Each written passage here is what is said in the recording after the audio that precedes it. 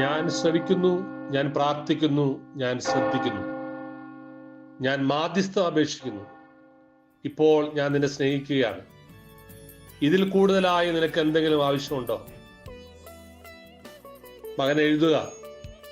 നീ തെറ്റിദ്ധരിക്കപ്പെട്ടേക്കാം, നീ അവഹേളിക്കപ്പെട്ടേക്കാം, പക്ഷെ അത് കാര്യമാക്കേണ്ടതില്ല. എൻ്റെ മാധുര്യം മാത്രമേ നിന്നെ പിടിച്ചു നിർത്തുകയുള്ളൂ. ഒരു കാര്യവും നിന്നെ സംഭ്രമിപ്പിക്കാതിരിക്കട്ടെ. നൊമ്പരങ്ങളെല്ലാം എൻ്റെ കയ്യിൽ നിന്നാണ്. അത് നിന്റെ സൽഗുണങ്ങളിൽ വളർത്താൻ ഉദ്ദേശിച്ചാണ്. എൻ്റെ അടുത്തും ഈശോയുടെ അടുത്തും കൂടുതലായി വരാനുള്ള അനുഗ്രഹത്തിനായി പ്രാർത്ഥിക്കുക. നിന്റെ ആത്മാവിന്റെ രാജ്ഞിയോട് കൂടുതൽ അടുക്കാനായി നീ ആഗ്രഹിക്കുന്നത് പോലെ അടുക്കാനായി ഞാൻ നിനക്കിപ്പോൾ അവസരം നൽകുന്നു. ഈ ലോകത്തിൽ നിന്ന് മാറി സ്വർഗത്തിലേക്ക് ഉയരാൻ നിന്റെ ആത്മാവിനെ ഞാൻ ക്ഷണിക്കുകയാണ്. എന്നാൽ നീ പ്രത്യുത്തരിച്ചാൽ മാത്രം. എൻ്റെ മകന്റെ സ്നേഹശരങ്ങൾ നീ രുചിച്ചറിയുന്നതിന് മുൻപായി നിന്റെ ആത്മാവ് പരീക്ഷിക്കപ്പെടേണ്ടിയിരിക്കുന്നു. ഈ സൗന്ദര്യം എല്ലാ ആത്മാക്കൾക്കും വെളിപ്പെടുത്തുന്നില്ല കേട്ടോ. മനോഹരമായ ഈ ദിവസത്തിന് അങ്ങേക്ക് നന്ദി പറയുന്നു. ഞങ്ങളെ ഈ ലോകം മുഴുവനെയും അങ്ങയുടെ തൃക്കരങ്ങളിൽ സമർപ്പിക്കുന്നു.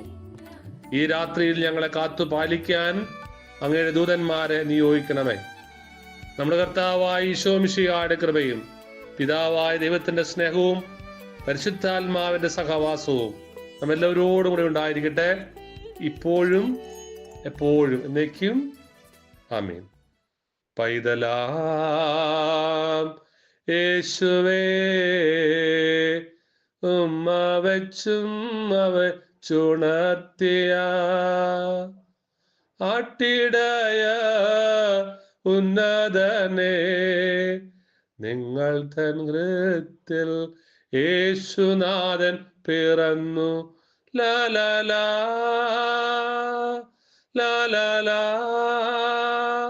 ലാലാ ലാലാ ലാലാ ലാലാ ആഹാ ആഹാ.